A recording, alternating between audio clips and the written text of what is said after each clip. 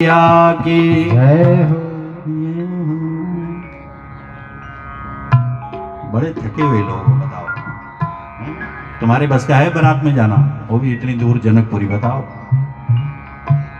बोलो सीता मैया की। हाँ, ये बेचारे ये कर रहे हैं काम थोड़ा बहुत। सीता मैया की। आज पहली बार जानकी मैया का प्रवेश रामचरितमानस में हो रहा है। अच्छा, रामचरितमानस में दो वाटिकाएं हैं और दोनों का संबंध सीता से है। एक जनक जी की वाटिका है और दूसरी अशोक वाटिका है, और दोनों का संबंध सीता से ही है। जनक जी की वाटिका में सीता और राम का मिलन होता है, और रावण की वाटिका में सीता और राम का वियोग होता है। अशोक वाटिका में वियोग होता है। दोनों वाटिकाओं का संबंध मां जानकी से है। गौरी पूजन के लिए मां भगवती जगदम्बा भी आई। और सज्जनों, यहां दोनों भाई पुष्प चुन रहे थे। इतने में अष्ट सखियों के साथ में जानकी मैया ने जब प्रवेश किया है बागीचे में, वाटिका में, तो जानकी मैया के जो पैरों में पायल है, उनकी पायल के घुंघरों की आवाज भगवान के कानों में पड़ी, और इतनी मधुर आवाज थी कि जिससे साक्षात ब्रह्म भी मोहित हो गया, भगवान राम भी मोहित हो गए। और राम जी लक्ष्मण का हाथ पकड़ के बोलने लगे, लक्ष्मण, ये आवाज कैसी है? ये कहां से आ रही है? मेरा मन शिथिल हुआ जा रहा है। कहां से ये ध्वनि आ रही है? और सज्जनों, बड़ा भाई यदि छोटे भाई से श्रृंगार रस की बात करे तो शोभा नहीं देता। लक्ष्मण जी ने उसी समय भगवान को लता मंडप में बिठाया और भगवान का श्रृंगार करने लगे लक्ष्मण जी। बड़ा सुंदर श्रृंगार भगवान का कर दिया फूलों से लक्ष्मण जी ने। यूं तो मोर पंख याद करते ही भगवान श्री कृष्ण सामने आते हैं, लेकिन एक जगह रामचरितमानस में भगवान राम को भी मोर पंख पहनाया गया। मोर पंख का संबंध भगवान कृष्ण से है। मोर पंख याद आते कृष्ण भी याद आते हैं, लेकिन एक जगह रामचरितमानस में राम जी के माथे पर भी मोर पंख लगाया गया। वो जनक जी की वाटिका में लक्ष्मण जी ने जब राम जी का श्रृंगार किया फूलों से, मोर पंख सिर सोहतनी के, बीच बीच कुछ कुसुम कली के। अच्छा, मोर पंख का अर्थ करो। मोर मने मेरा, मोर मने मेरा, और पक्ष, पंख का मतलब पक्ष। संस्कृत में पंख को पक्ष कहा जाता है। तो अर्थ क्या बना? मेरा पक्ष। और भगवान तो निष्पक्ष है।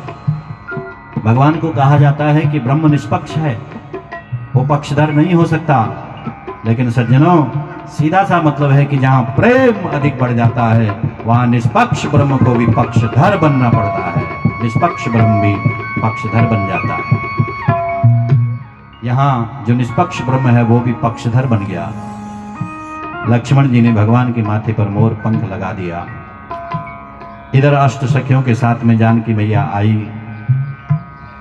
और जैसे ही नजर भगवान की ओर पड़ी, भगवान ने जानकी जी को देखा और जानकी मैया ने भगवान को देखा। जैसे दोनों आमने सामने हुए तो जो अष्ट सखियां थी वो पीछे हो गई। यहाँ केवल मां भगवती जानकी और भगवान श्री राम दोनों आमने सामने हैं। किसी ने पूछा, ये अष्ट सखियां पीछे क्यों हो गई? बोला, अष्ट सखियों का मतलब है गुरु, और गुरु का काम केवल जीव को परमात्मा के सामने पहुंचाना है। और जिस दिन जीव परमात्मा के सामने पहुंच गया, उस दिन गुरु का कार्य खत्म हो जाता है, इसलिए वो पीछे हो जाते हैं। तो ये अष्ट सखियां गुरु का स्वरूप है। यहाँ जैसे जानकी जी और भगवान राम दोनों आमने सामने हुए, अष्ट सखियां पीछे हो गई, और जानकी मैया ने भगवान को देखा और भगवान ने जानकी मैया को देखा। दोनों एक दूसरे को देखकर मोहित हो गए, और जानकी मैया ने तो संकल्प कर लिया कि अगर विवाह होगा तो इसी के साथ होगा, वरना विवाह ही नहीं करूंगी। ये संकल्प कर लिया। वहां से उठी, लेकिन मन में सोचने लगी, मैंने ऐसा कह तो दिया, लेकिन हमारे यहाँ तो मेरे पिता ने प्रतिज्ञा की है कि जो शिव का धनुष तोड़ेगा उसके साथ में विवाह होगा। मुझे नहीं लगता कि ये शिव का धनुष तोड़ पाएगा, क्योंकि एक फूल तोड़ते हुए जिसके हाथ कांप रहे थे, और शिव का धनुष क्या तोड़ेगा। लगता है मुझसे भूल हो गई, मेरा संकल्प शायद अधूरा रह जाएगा। और इसी बात की चिंता में दौड़ती हुई गई और गौरी माता के मंदिर में जाकर दोनों हाथ जोड़े, माथा टेका और माँ के चरणों में सिर रखकर रोने लगी। हे माँ, मेरी गति केवल तू जान सकती है, क्योंकि तुमने भी तो संकल्प किया था, बरऊं शंभु नत रहूं कुंवारी। तुमने भी कहा था कि विवाह होगा तो शंकर से, वरना कुंवारी ही रह जाऊंगी। आज मेरी भी वही दशा है, मेरी भी वही गति है। इसलिए माँ ऐसी कुछ कृपा करो, ऐसा कुछ करो कि ये धनुष तोड़ पाए। जान गौरी अनुकूल। यहाँ जब गौरी के आगे रोई, दोनों हाथ जोड़े प्रार्थना की, तो वहाँ से एक पुष्पमाला गिरी और जानकी मैया के गोद में, मानो यहाँ गौरी माता ने आशीर्वाद दे दिया है कि जाओ, तुम्हारी मनोकामना पूर्ण हो जाए। सिय ही हरस न जाय कही, जान गौरी अनुकूल। बाम अंग फरकन लगे मंजुल मंगल मूल। उसी समय गौरी माता के आशीर्वाद से सीता माता का बायां अंग फड़कने लगा, और बायां अंग फड़कने लगा तो लगता है कि शुभ लक्षण है। माता बहनों का अगर बायां अंग फड़कता है तो समझ लो कि बहुत अच्छा है। बायां अंग अगर फड़के माता बहनों का तो समझना कि ये शुभ लक्षण है, कार्य संभव है, बन जाएगा। लेकिन अगर दाहिना फड़के तो ये शुभ लक्षण नहीं है। और पुरुषों का अगर बायां अंग फड़के तो शुभ नहीं होता, और दाहिना फड़के तो शुभ होता है। इसलिए बाम अंग फड़कन लगे मंजुल मंगल मूल। बायां अंग फड़कने लगा और यहाँ विश्वास हो गया मन में कि अवश्य मेरा मनोरथ पूर्ण हो जाएगा। दोनों भाई गुरु महाराज की सेवा में उपस्थित हुए पुष्प लेकर के, और सज्जनों गुरु महाराज ने भी आशीर्वाद दे दिया, सुफल मनोरथ हो तुम्हारे। गुरु महाराज ने भी राम जी को, लक्ष्मण जी को, दोनों को आशीर्वाद दे दिया, तुम्हारा मनोरथ पूर्ण हो। अच्छा, दोनों को क्यों दिया? क्योंकि जहां सीता जी थी वहां उर्मिला जी भी थी, और जो गति राम और सीता की हुई थी वही लक्ष्मण और उर्मिला की भी हुई थी। लेकिन लक्ष्मण जी बोल नहीं पाए, उर्मिला जी बोल नहीं पाई, क्योंकि छोटे हैं। छोटों का धर्म बड़ों से इस प्रकार की बात करना नहीं है, इसलिए मौन रहे। लेकिन गुरु महाराज तो अंतर्यामी हैं, गुरुदेव ने आशीर्वाद दे दिया, सुफल मनोरथ हो तुम्हारे, तुम दोनों का मनोरथ सिद्ध हो जाए। और गुरुदेव का आशीर्वाद मिला। सज्जनों, यहाँ जनक जी महाराज ने बहुत सुंदर व्यवस्था बनाई है।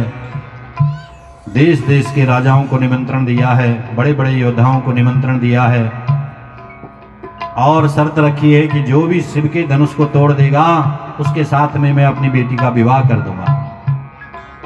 ऐसी शर्त क्यों रखी? बोला, एक समय की बात, ये शिव जी का धनुष इतना विशाल था कि हजारों हजारों योद्धा भी लग जाए तो हिला तक नहीं सकते थे। लेकिन एक दिन की घटना, जानकी मैया घर में सफाई कर रही थी और देखा कि शिव धनुष जिस स्थान पर पड़ा है वहां कई कई सालों से किसी ने उसको एक जगह से दूसरी जगह नहीं रखा, और जानकी मैया ने बाएं हाथ से उसको उठाया और एक हाथ से सफाई कर रही है और बाएं हाथ में धनुष उठा रखा है। जनक जी महाराज ने जब देखा तो उनके तो आश्चर्य का ठिकाना नहीं रहा, ये कैसे संभव हो सकता है। और उसी दिन जनक जी ने घोषणा कर दी कि जो इस धनुष का खंडन करेगा उसके साथ में मैं अपनी बेटी का विवाह करूंगा। बोलो जनक जी महाराज की जय हो, जनक जी महाराज की जय हो। और जो नहीं बोल रहे उनकी भी जय हो, और जो बोल रहे उनकी भी जय हो, जो आए उनकी भी जय हो, नहीं आए उनकी भी जय हो, और जिनको नींद आ रही उनकी भी जय हो। सबकी जय जयकार, क्योंकि ये है प्रभु का द्वार। तो यहाँ जनक जी महाराज ने ये प्रतिज्ञा कर रखी है दूसरे दिन प्रातःकाल